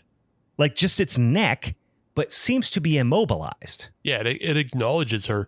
I said fat old dog, but it's also just like a snake that just ate. Yeah. That is like, it's brimming, and it's like, it doesn't really care about anything else going on around it. But also like, so like, is it eating in this instance, or is it like you were saying, is it doing some sort of pregnancy thing? Yeah, because I thought it was like giving birth to a big egg at first. Mm-hmm. But then I went, because that was what was in my notes, is it's like laying there, and it's giving birth to like a big, like it's laying there on its back, spread eagle, and it's giving birth to a big egg. That's what I thought at first. Yeah. But then I was like, well, where's the mom at 8? Did it need to somehow like biologically have like a, because also it was a woman and now it seems to be giving birth to something. I don't know. This is why I really don't know how to better describe it. It's bizarre. It's extremely unclear what's happening. I'd love to get anybody else to weigh on what the fuck we're looking at here. Yeah. It's one of those things that we need to observe it for at least 10 more minutes. It's like, just like, are you digesting or are you, is it coming in or going out? You got to tell which way is that going, bud? Well, okay, listen, let's sleuth this out. What do we know? It dragged something in there and has done something to it that is resulting in that current state. Right. Because you saw the bloody drag marks the whole way down the hall and then into this room. So this creature took, presumably, the mom, a dead human body or an injured human body. You got to assume the mom, because that was the last thing you saw before it cut and it did its whole like weird umbrella bladder thing that popped out or whatever. And then it was like, very next thing you see, you're like, what happened after that? So you assume the mother had something to do with it, was getting drawn into this other room. So either the mother got eaten and was being digested, or somehow the mother was used for some other type of biological function, reproduction or otherwise. I sure as hell don't know. If anybody else out there has any insights into this, I am curious. I wonder if the answers actually lie in the Goofy movie and we have to go watch that. Yeah. It turns out if you look really closely, it's actually like on a skateboard and it's like tying on a pair of skate shoes. Wasn't that a big thing? Like in that movie, they were all like into skateboarding. I just remember it was the 90s. Two little kids were into skateboarding. Yeah, it was the 90s film. Everything was skateboarding or rollerblading, and fucking Pauly Shore was there and the Easy Cheese in the Can was there. It was all there. Yeah. I forgot about the friend voiced by Pauly Shore. Anyway, okay. So now that we're through that confusing element here, then we go back to the barn and all the bad guys, all the thingies. I just start calling them thingies after a while. All the thingies are just going batshit. And this is where we first see them doing the whole critter hula hoop into the center of, and I almost shat myself. I was like, I rewound it. I was like, did I just see what I thought I saw? Same. I was like, yeah, what the fuck? Because at first I was like, is that just like a water wheel that came off something and they rode a water wheel into the, no, it's just a wheel of them and they're getting dropped off at the bus stop. Yeah. They are all rolling it down and they do it so casually. It's not like a finishing move. This is like the way they get around. Yeah. Above the ground. This is the way they have somehow, as a species, decided, like, when we're underground, boys, we tunnel. And we tunnel as a pack, but, like, we don't touch. But when we're above ground, everybody mount up. It's wheel time. Thingies, mount up. Now, it does feel like it's a orangutan, like simian type of thing that they're doing. Like you can imagine in a funny YouTube video, just two monkeys kind of grabbing onto each other, rolling around in a silly way. You know what I mean? But they're doing it like that's not what's happening here. There's like 30 of them in a big ass wheel that's like 15 feet tall. This is our legitimate locomotion. It's not just monkeys having a goof. It is this is our A to B. Like, we're gonna go. We gotta go to the corner store for smokes. Let's get all 30 of us together and roll our asses down there. Everybody in the wheel. We gotta go get smokes. We're gonna stop by the sheep pen and then on our way back to the farm. Yeah, wild stuff. Oh, really, really wild. Everything's on fire at this point. Charlotte saves Thomas from getting munched. Charlotte. She doesn't seem too broken up about the whole thing, to be honest with you, which is a little strange. But I guess if you grew up in this environment, people getting killed, it's not not that foreign, I guess. But Yeah. anyway, I feel Tom like and- there's Yeah. again, just to her, like, no affect to like everybody else dying. I feel like there probably is maybe like a sub story about the farmhands like being gross with her that they might have cut, because that's the only reason why, like, they do not give a fuck that those guys are all dead. and they are all so evil in their mannerisms. Yeah. And we did not learn that at all, except for maybe one little quick snippet of them making a mean face. Right. So I would not be surprised if that was the case.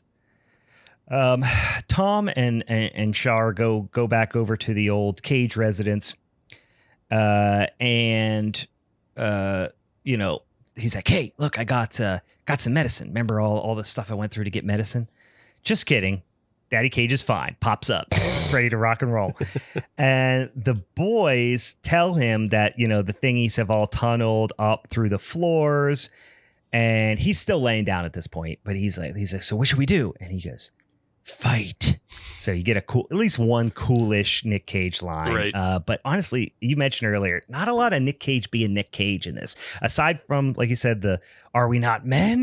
Thing earlier, and then this line. You don't get a lot of Nick Cage in this. It feels like they had him for a day, and most of the time he's on screen, he's just limp and being dragged around or carried around, which I would, which is really funny to have Nick Cage and go, okay, you play corpse number one. You know what I mean?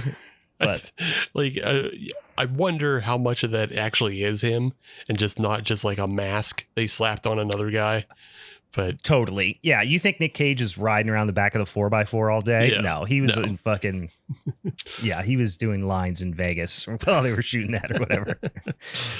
he's putting his time in on Longlegs at the same time. Yeah, probably. Yeah, I wonder where that was shot. I don't know. I haven't think looked it's it up yet, but I mean, it occurs in the Pacific Northwest, but I don't know where it was shot. So Joseph takes the lead on defending the house, and now it's straight up Home Alone time. He gets the fucking gasoline out, the sack of wrenches, the fucking micro machines. He's got everything ready to rock now. They come up through the floor. And I wrote, "This is it. Don't get scared now," because it feels so Home Alone-y with him setting all the traps and shit. Yep. They do like a montage of him setting the traps, and you see a bunch in these last couple scenes of that weird chomping motion that I talked about. It's such a weird decision. And it is so fast. It almost is like glitchy type of thing. Yeah. And you can't tell if the creatures are doing it for intimidation purposes or if they're like, at first I thought they were like horking up their little stomach thing. But then after a while, I think it's how they talk to each other. Yeah. It's, how like so the more this movie goes on, and there's one scene that is explicit, which we're about to get to, the more I realize this movie was really, when I say velociraptors, this is very heavily influenced by Jurassic Park. And I wonder if the little, like, how do I even say it? Like the little throat vibrating growling thing the vocalizations velociraptors do. Yeah. And that's how they talk to each other in the Jurassic Park franchise. I wonder if this is his version of that. I think it is, because it also feels like it might be almost echolocation as well, because like, okay, so they're a subterranean creature, there's not a lot of light, so you have to use other senses to communicate and find your way around. And so like if they're clacking their teeth, maybe they're using some sort of echolocation that way, because could be, because if they're eating by spewing out their stomach, then their teeth aren't for eating. Their teeth are for either self-defense and communication. So it's a weird fucking creature. Well, and also if they're eating by spitting their stomach out, the worst place to do that would be underground. Yeah. You know what I mean? Like it'd be full of dirt. Yeah. Unless they just eat rocks most. Who fucking knows? They eat bugs. Yeah, it's obviously it's like a fishing trawler where they throw out the net and they just scoop up a whole bunch of dirt that's all full of bugs, and they eat the bugs and then they shit out the dirt. Maybe it's their like filter feeders, like a big blue whale, and they just put their stomach out there and just eat grub worms or some shit. And that's why they came to the surface, because we kept poisoning the fucking soil. And they're like, this ain't no good. This is gross. Hey, you guys up there, quit it. You're making our fucking dirt nasty. We're trying to eat our dirt down here, and you're fucking it up for us. I like to believe that this was the third Chud movie. Or the fourth Chud movie, whatever. Is there a third Chud movie? Because I know there's obviously there's Chud, and then there's Bud the Chud, Chud 2, Bud the Chud. I don't know if there is a Chud 3. If so, I haven't seen it. There's a Chud 3. It came out. No, there's not a Chud 3. I was gonna say if there's a Chud 3, it came out like it was one of those films that like came out 10 years after the original, and nobody paid attention to it. Well, and Bud the Chud has literally nothing to do with Chud. Right. Like the whole premise, it has literally nothing to do with it. I like to believe this is the true Chud too. Chuds, go to the country. It's more of a rural Chud setting.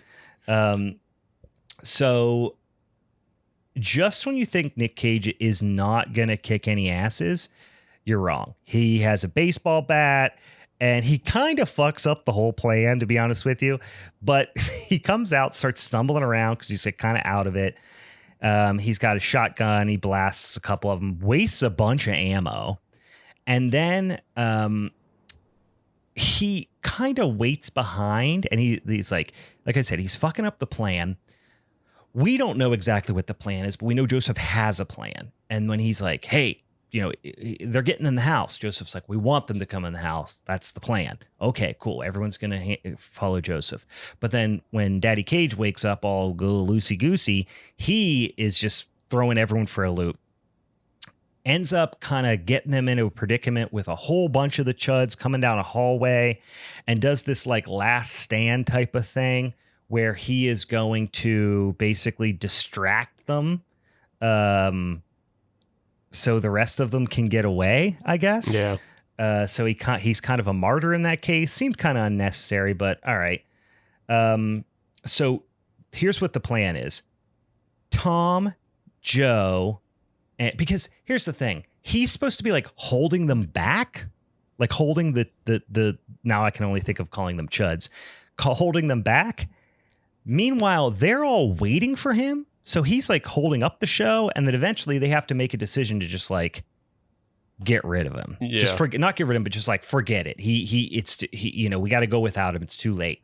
And I understand why they did that. Is it had to be it's the whole thing about a parent-child relationship, and he's giving up everything for the kids, but also it's more about the kids kind of giving up their reliance on their parents and going off and doing things on their own. Mm-hmm. Like that's really the ultimate story here.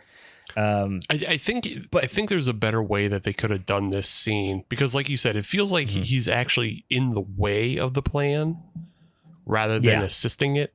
And it should have been something where like they have like almost like this Rube Goldberg setup going of like they have a wick burning, and then the wick is going to burn, and then it's going to light a bunch of fuel on fire, and then all the kids are hiding in a fucking refrigerator, and then like a chest freezer. Yeah, and then that's going to burn all the Chuds in the house.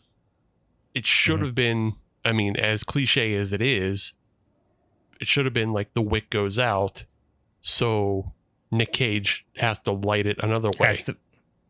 With this fucking cigar. What I mean? Right. Like, what? Yeah. Why? Yeah. But that doesn't happen. Logistically, the way they shot it, whatever, obviously, I feel like they had to pull a plan B or something, because it's a little, doesn't make a whole lot of sense. I just chalked up to Nick Cage had poo brains from getting exploded earlier. Right, yeah. So he just is like, oh, what's going on? So yeah, they get in to the chest freezer, Thomas, Joseph, and Charlotte, and they have like a handle, on the inside, they can hold it down. And I thought this was really cool the way they shot this, because they shoot it from the perspective of the three kids on the inside of the chest freezer.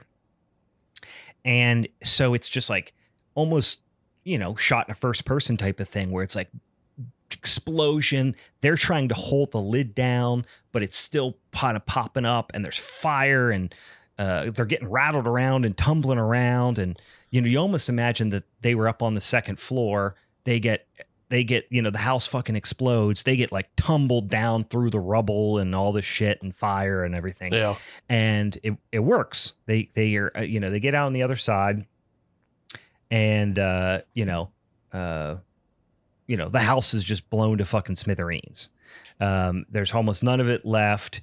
It's on fire, and you think that's it. And you're like, oh, that was kind of cool, kind of a cool climactic ending there.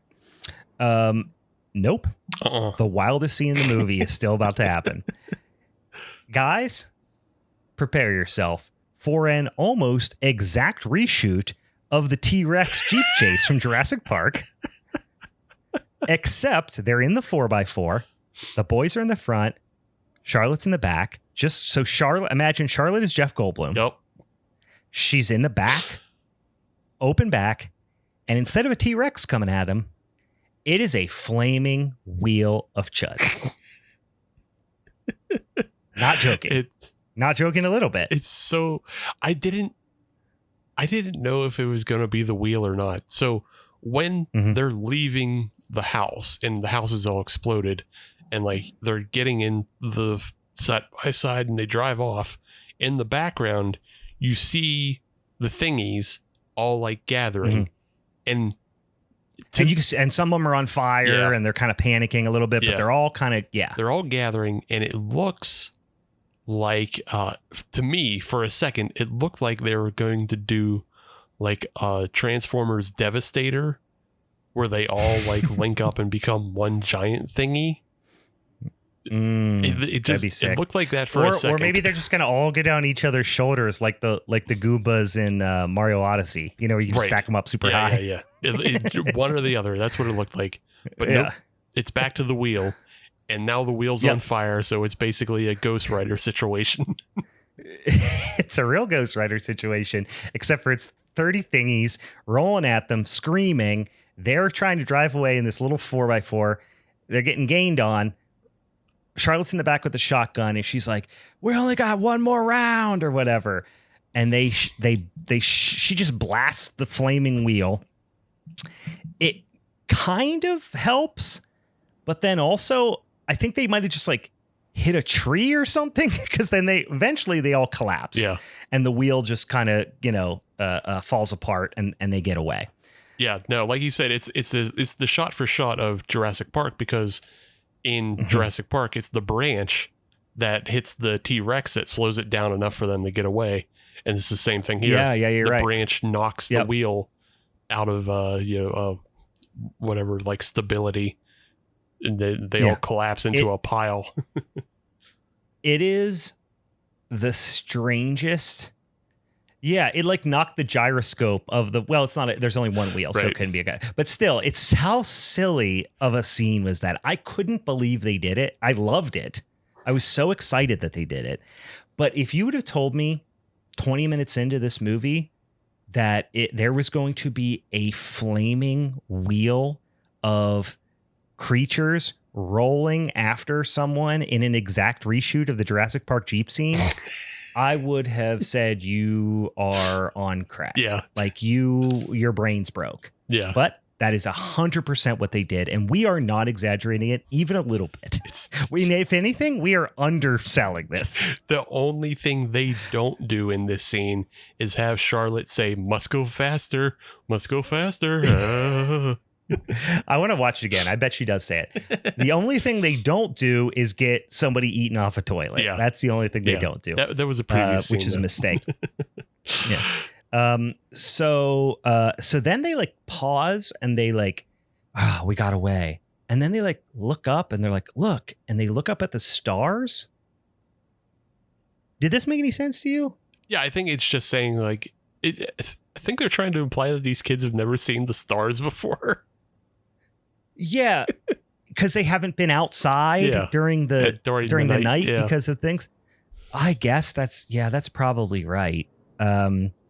Anyway, you should still be able to see that shit from a window, though, especially now that civilization is dead and there is no light pollution at all anymore. You've never even glanced out a window at night? Yeah, I don't know. Anyway, kids. So then they do this thing where they like break this connection with the tree as they're driving away in their 4x4. Like, so they bury their families and they cry and whatever. And then they quickly start just joking around about how everyone's dead. And Joe's like, that bitch is cool. Like, I don't know. It's again, these children have no chemistry. I'm sorry. Yeah. So they break their connection with this tree. There's like all these like little things of like fabric hanging from this tree. And there's a little story earlier that's like a place that was like kind of special to Charlotte. But again, it felt like something got cut out of it because like part of it gets connected to the 4x4. And as they're driving away, it like breaks the connection. I mean, I think even then we can figure out what it's meant to symbolize. But at the same time, it does feel like something got lost there to me. I don't know if there's something that I missed. Nah, it didn't it didn't hit me. I was still more thinking of, at this point, I'm thinking about how like all these kids are Christian, except there's only 3 graves because fuck all those farmhands. Yeah. So that's what I was focused on, actually. Like the tree streamer thing, I was just like, yeah, whatever. They're just taking a piece of their home with them or wherever they're off to next. Yeah, I guess so. But that's it. Then they just drive off. They call the dog and they drive off in their cool little 4x4. And the whole time I'm going, where are you getting gas for that fucking thing? Mm-hmm. Like, gas would have been gone a long time ago, unless he retrofitted the engine to run on some other type of fuel. But like, where are you getting fuel for that fucking thing, guys? That's all I'm saying.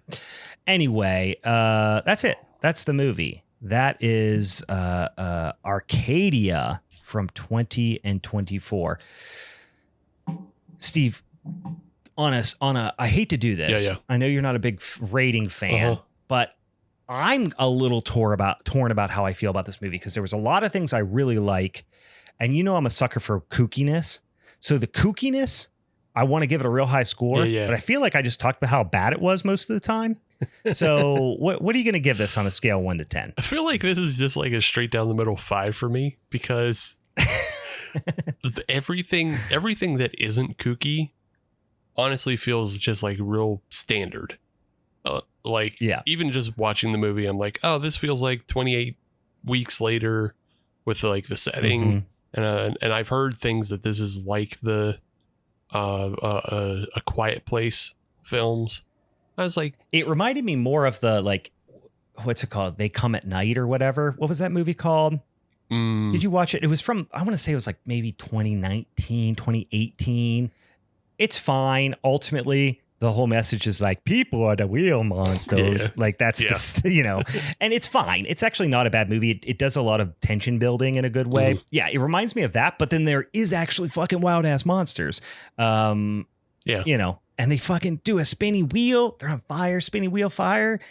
It's just one of those things where this movie really tests its limits with like how silly it's going to be. Because all that other stuff is so bog standard.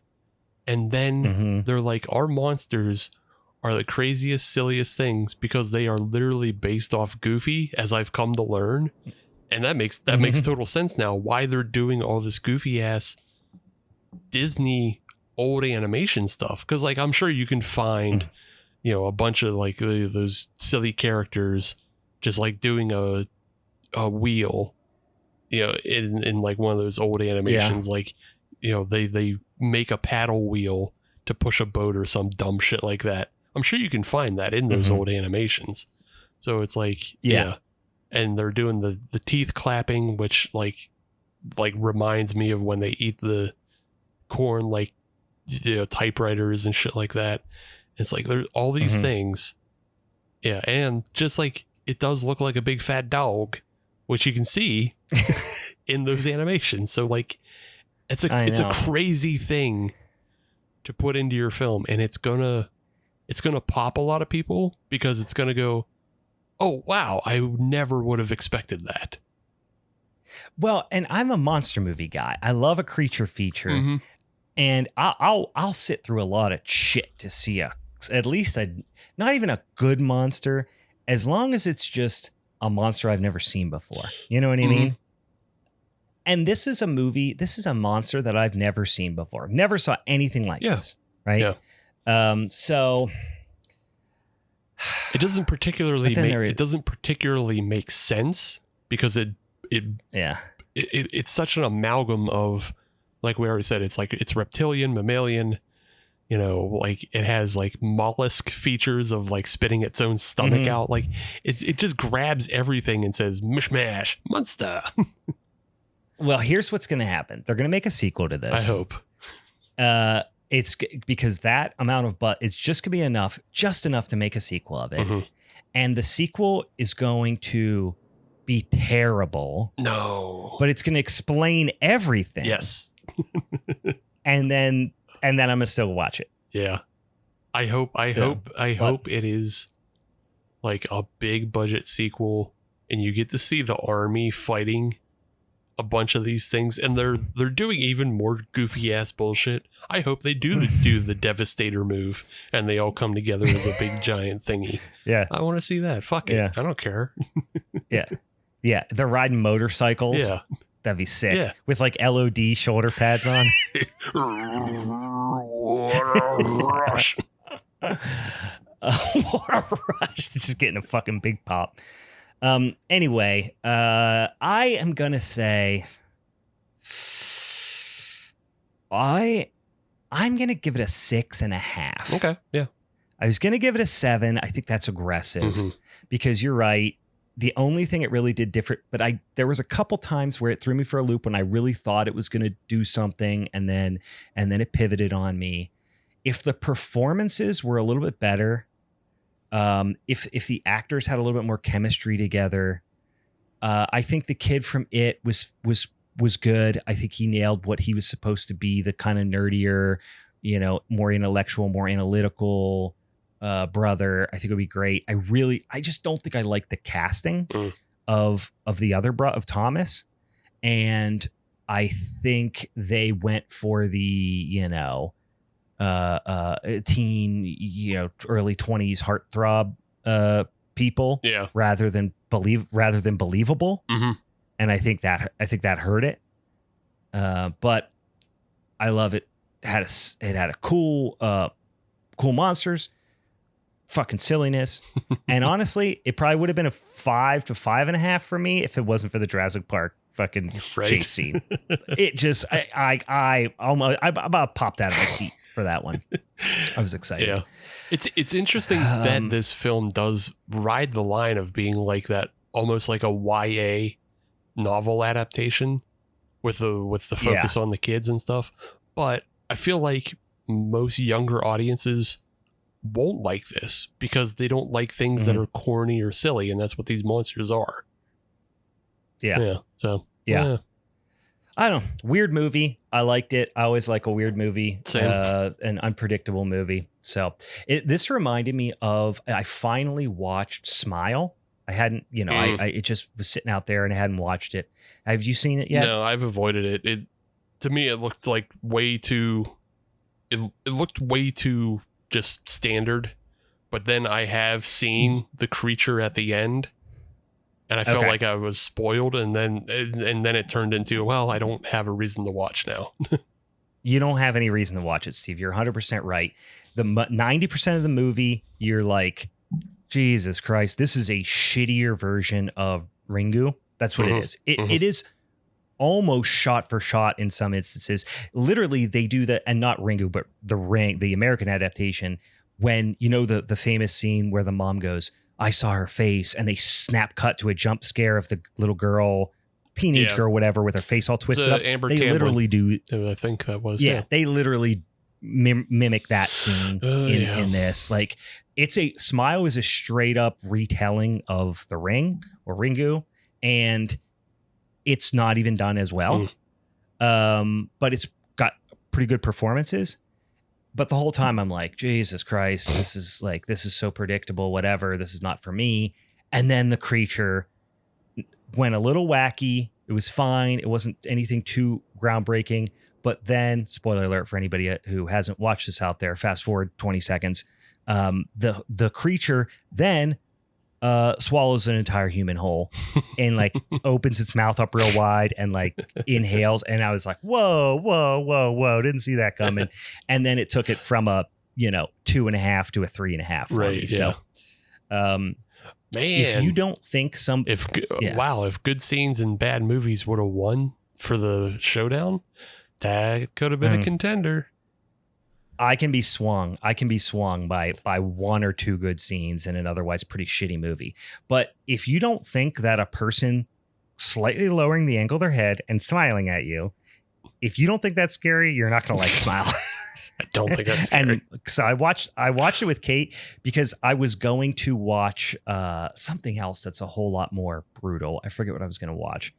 And then she was like, oh, I'll stay up and watch a movie with you. And I'm like, you're not going to like this.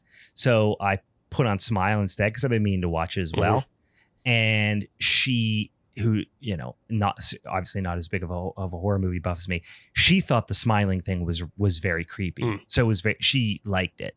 And I was like, I don't know, not getting it. But then the little bit of wacky turn at the end bumped it up, let's say, a point for me. So anyway, guys, if you've got a movie that's fucking wacky, wet and wild on the beach that you want us to consider for our August Showdown episode, if you got a little birthday present for your boy and you want to give me a tasty little bit of beach horror that I can take Steve to the cleaners with for our August Showdown episode, why don't you shoot me a little DM over there? Let me know what it is. I got a couple in my mind, but always open to suggestions. And then, of course, if you want to, give us any suggestions for minisodes, that sort of stuff, follow us over on the social media. Go check out the Patreon. We are going to be recording that son of a bitchin' Youth Group is Forever episode for July. Will be coming your way to the Patreon soon.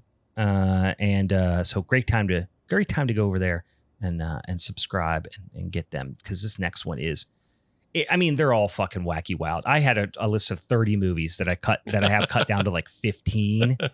And the first two, I think, were polar opposites. And I haven't even gotten to my two favorites, or at least the two that I'm most excited about. God. So a lot of fun stuff going on. Steve, anything else we should mention? Anything else we should talk about before we wrap this sumbitch up? Jump on the Patreon if you want to add movies to the patron side, because we're changing things around. So Brian will have a movie, I'll have a movie, and then I'll pick a movie from the pool of patrons, or rather a picker wheel will. I'm going to have all the patrons submit a movie that they think should go on the Blood Beach. I'm going to spin the wheel and see who gets picked, and then that'll be the movie that we present for them, and then that'll all go to an audience vote. So that's how it's going to work for August. We should, and we can iron this out next time, but we probably should have the Patreon wheel have the first pick. So if the Patreon wheel gets a movie that we were going to pick, we're shit out of luck. Right, we need to have backup. Yeah. We always have backups. And that's just a little bit of extra danger. Okie dokie. That'll be fun. I'm going to have to do a little bloody beach horror watching this week. So, along with Longlegs. So, all right, boys and ghouls, for the Halloween is Forever crew, I'm Brian. And I'm Big Wheel.